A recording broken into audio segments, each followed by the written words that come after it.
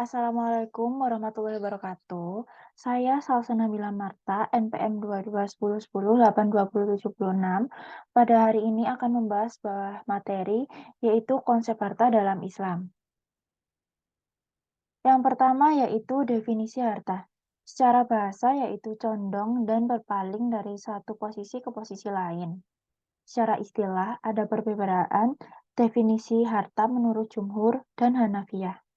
Menurut Hanafiya, harta yaitu segala sesuatu yang naluri manusia cenderung padanya dan dapat disimpan sampai batas waktu yang diperlukan, baik yang berupa harta bergerak maupun tidak bergerak. Menurut Hanafiya sendiri, manfaat tidak termasuk harta. Sedangkan menurut Jumhur, harta merupakan sesuatu yang naluri manusia cenderung kepadanya dan dapat diserah terimakan dan orang lain terhalang mempergunakannya. Selanjutnya yaitu kedudukan dan fungsi harta. Yang pertama, harta sebagai amanah atau titipan dari Allah Subhanahu wa taala. Manusia hanyalah pemegang amanah untuk mengelola dan memanfaatkan sesuai dengan ketentuannya. Yang kedua, harta sebagai perhiasan hidup yang memungkinkan manusia menikmatinya dengan baik dan tidak berlebihan. Yang ketiga, harta sebagai ujian keimanan. Dan yang keempat, harta sebagai bekal ibadah, yakni untuk melaksanakan perintahnya dan melaksanakan muamalah di antara sesama manusia melalui kegiatan zakat, infak, dan sodako. Selanjutnya yaitu cara memperoleh harta. Menurut Islam, cara memperoleh harta yaitu ada dua. Memperoleh harta secara langsung sebelum dimiliki siapapun atau disebut dengan penguasaan harta bebas, dan memperoleh harta yang telah dimiliki oleh seseorang melalui suatu transaksi atau akad. Nah, yang kedua ini dibagi menjadi dua. Yang pertama berlangsung dengan sendirinya atau disebut ijbari. Siapapun tidak dapat merencanakan atau menolaknya seperti melalui warisan.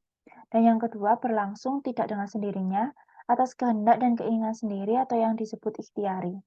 Baik melalui kehendak sepihak seperti hibah maupun melalui kehendak dan perjanjian timbal balik antara dua orang atau lebih seperti jual beli. Cara menggunakan harta. Yang pertama digunakan untuk kepentingan kebutuhan hidup sendiri. Yang kedua digunakan untuk memenuhi kewajiban terhadap Allah. Kewajiban terhadap Allah dibagi menjadi dua macam. Yang pertama kewajiban materi yang berkenaan dengan kewajiban agama seperti keperluan membayar zakat dan lain-lain. Dan yang kedua kewajiban materi yang harus ditunaikan untuk keluarga yaitu untuk anak, untuk istri maupun untuk keluarga. Dan cara menggunakan harta yang ketiga yaitu dimanfaatkan sebagai kepentingan sosial. Selain itu, larangan dalam menggunakan harta, ada beberapa. Yang pertama, ada israf atau berlebih-lebihan dalam memanfaatkan harta meskipun untuk kebutuhan sehari-hari. Yang kedua, tabzir atau boros, menggunakan harta untuk sesuatu yang tidak diperlukan dan menghambur-hamburkan harta untuk sesuatu yang tidak bermanfaat. Yang ketiga, ihtikar atau penimbunan secara spekulatif dalam bentuk membeli barang sewaktu harga masih stabil, kemudian menimbunnya di tempat tertentu sehingga terjadi kelangkaan, kemudian menjualnya lagi dengan harga yang lebih tinggi. Keempat, ada idikar, menumpuk barang untuk kepentingan sendiri dan untuk dimakan sendiri sewaktu orang lain telah mengalami kelangkaan makanan. Selanjutnya ada 4 petunjuk hadis tentang harta. Yang pertama, harta itu hanya ada 3. Yang pertama, makanan yang dimakan. Yang kedua, makanan yang dipakai hingga lusuh. Dan yang ketiga, apa yang disedekahkan. Selanjutnya, yang kedua, berlomba-lomba menumpuk harta adalah sebab kehancuran orang-orang yang belum Islam. Yang ketiga, melihat ke bawah dalam masalah harta. Dan yang keempat, harta bekal menuju akhirat. Selanjutnya, pembagian harta dan akibat hukumnya.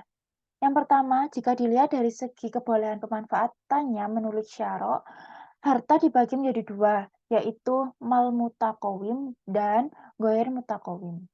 Yang kedua, harta dilihat dari jenisnya terbagi menjadi harta bergerak atau mal goiru ukor dan harta tidak bergerak atau mal ukor.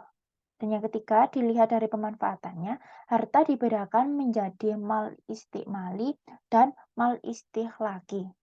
Yang keempat, dilihat dari segi ada atau tidaknya harta sejenis di pasaran. Harta dibagi menjadi misli dan kini. Terima kasih, itu saja yang dapat saya sampaikan.